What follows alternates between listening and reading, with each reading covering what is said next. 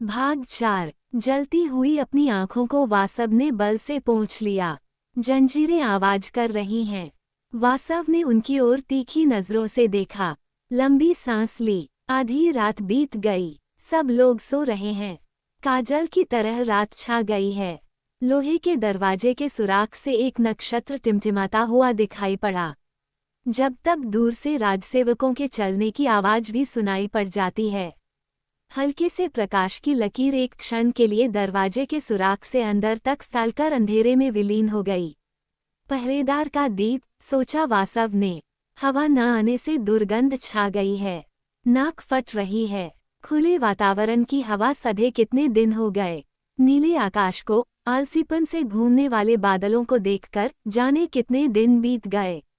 चांदनी की रातों में बहन को कौए की कहानियां सुनाते जो दिन बिताए थे उन्हें याद करने पर वे सब सपने लग रहे हैं।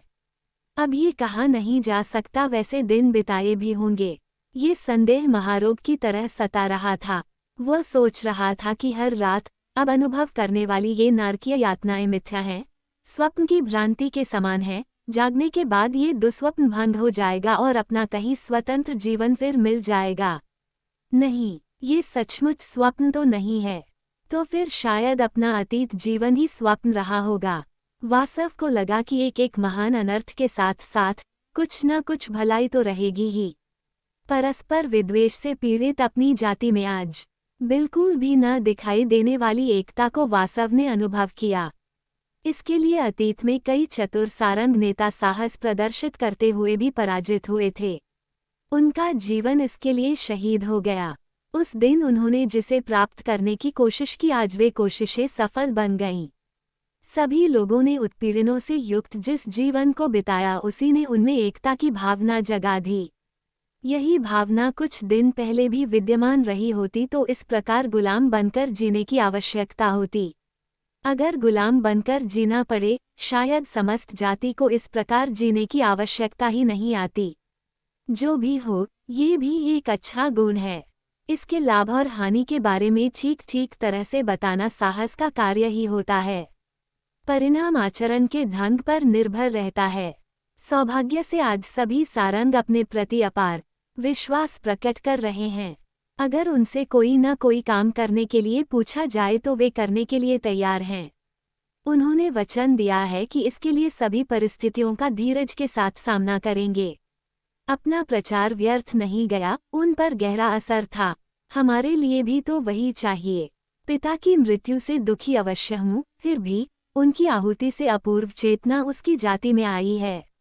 इसे सही रूप से उपयोग में लाने की जिम्मेदारी तो मेरी ही है। इधर एक लोभ भी है यही कि नागिनी रनिवास की बंदी के रूप में है। इसलिए राजनीतिक रहस्य बहन पहले ही जान सकती है। पहरेदारों की सहृदयता से वे रहस्य हम तक पहुंच सकते हैं।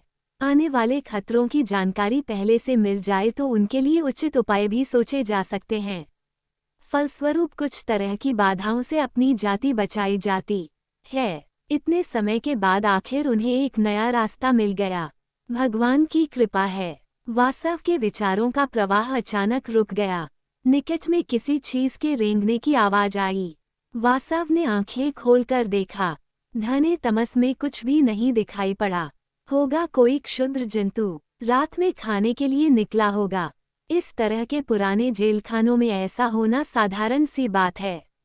आने वाले जंतु का सामना करने के लिए वासव तैयार था।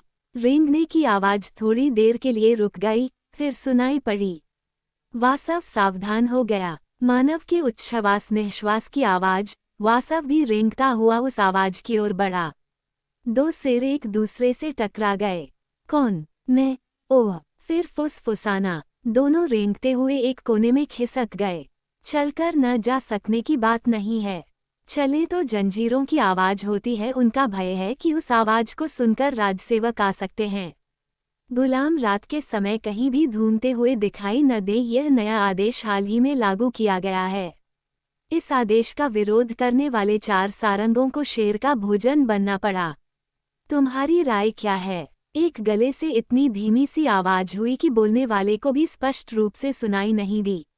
एकदम विद्रोह कर देंगे। तारांकन च पहले स्वर ने बात को टाल दिया, विद्रोह करेंगे तो हमारा सर्वनाश हो जाएगा। हमारा मालिक हमको मिट्टी में मिला देगा। फिर सुनो तो सही, हम सबका एक साथ विमुक्त होना संभव नहीं है। पहले हम में से संभवतः बहुत कम लोगों को, शायद कुछ ही लोगों को स्वतंत्रता मिल सकेगी। कुछ ही दिनों में हमारा मालिक हमें बेचने जा रहा है। जो ज्यादा रकम देगा उसी के हाथ बेच दिए जाएंगे। तब उस रकम को देकर क्यों न हमारे लोग अपने लोगों को ही खरीद लें, अर्थात प्रधान लोगों को। एक दो जो भी हुए काफी हैं। वे फिर कुछ रकम देकर और कुछ को खरीद लेंगे। जितने लोगों की आवश्यकता है उतने बाहर आ जाने पर गुप्त रूप से इसके प्रति विद्रोह करके हम अपने सभी लोगों को मुक्त करा सकेंगे। निकलने के लिए सब प्रकार से प्रबंध किया जाएगा। इस अवसर पर कई सारंगों को अपने प्राण गंवाने होंगे। फिर भी मेरी राय है कि सब लोगों की बजाय कुछ का विनाश अच्छा है। तुम क्या कहती हो? अच्छा, तो फिर रकम। नागरनी ने कहा, रनिवास में राजवंशजों के उपयोग के लिए कई नराशियां हैं। वस्तुओं को हमें स्पर्श नहीं करना है, अन्यथा निशान से पता चल जाएगा।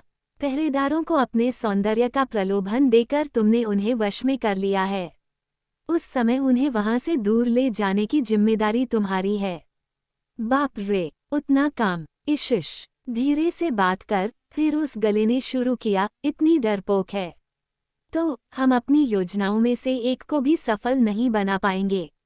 धीरज और किसी से भी न डरने वाली आत्मशक्ति होनी चाहिए। कार्य ठीक हो गया तो कुछ भला हो जाएगा। अगर नहीं पकड़े गए तो उस एक को मरना पड़ेगा। हमें तो वैसे भी मरना ही है। एक सत्कार्य के लिए प्रयत्न करते करते मरना व्यर्थ नहीं होगा, क्या कहती हो?